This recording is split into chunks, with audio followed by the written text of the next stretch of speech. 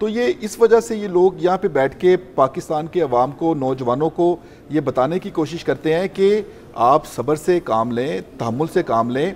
अगर कुछ घंटे ताख़ीर भी हुई है लेकिन रिज़ल्ट आपको आज़ादाना, मुनसिफाना और शफाफ नज़र आए तो आपके वोट की हक अदा हो गई।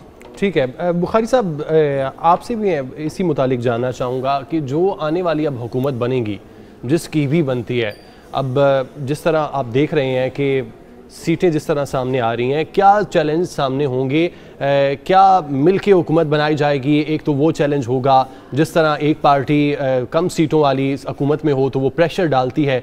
मज़ीद क्या चैलेंज आप देख रहे हैं आने वाली हुकूमत पे? मेरे ख्याल से सबसे पहला चैलेंज तो ये है कि क्या सारी पार्टियां इस इलेक्शन रिज़ल्ट को मानने जा रही हैं या नहीं मानने जा रही हैं।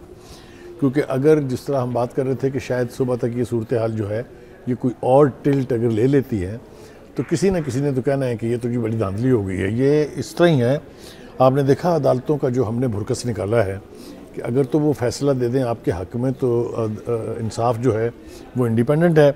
अगर वो आपकी मर्ज़ी का फ़ैसला ना दें तो फिर गाड़ियों के ऊपर तस्वीरें लगा के जजों की जो जूतियाँ बरसती आपने भी देखी हैं, मैंने भी देखी हैं। तो पहला चैलेंज तो ये है कि क्या रिज़ल्ट जो हैं वो एक्सेप्ट करने जा रहे हैं, क्योंकि हुकूमत साजी फिर उसके बाद का अगला कदम है। बिल्कुल, उसके बाद जब हुकूमत साजी का मरहला आएगा तो जैसा कि हम देख रहे हैं कि पीटीआई के सपोर्टेड लोग जो हैं वो इंडिपेंडेंट की सूरत में जीत रहे हैं, क्या वो अपना एक ग्रुप बनाएंगे या वो एक ग्रुप की सूरत में किसी एक पार्टी में मर्ज हो जाएंगे।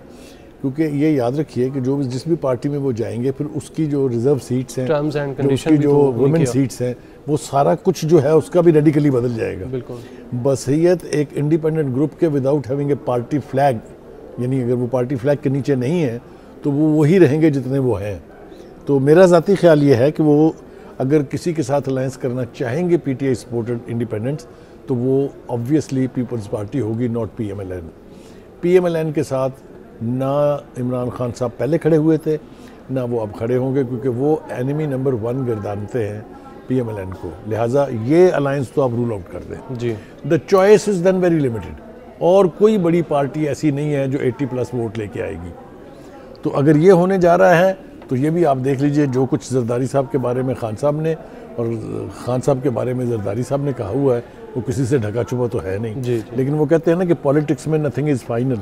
ठीक है, politics is a game of compromises, कुछ भी हो सकता है। मजीद क्या अलायंस हो सकते हैं पॉलिटिक्स में? जैसा कि बुखारी साहब कह रहे हैं कि कुछ भी हो सकता है। हमारे साथ हमारा पैनल मौजूद रहेगा और जैसे जैसे रिजल्ट मौसूल होते हैं आप 24 न्यूज़ की स्क्रीन पर सबसे पहले मुलाहिजा कर सकेंगे।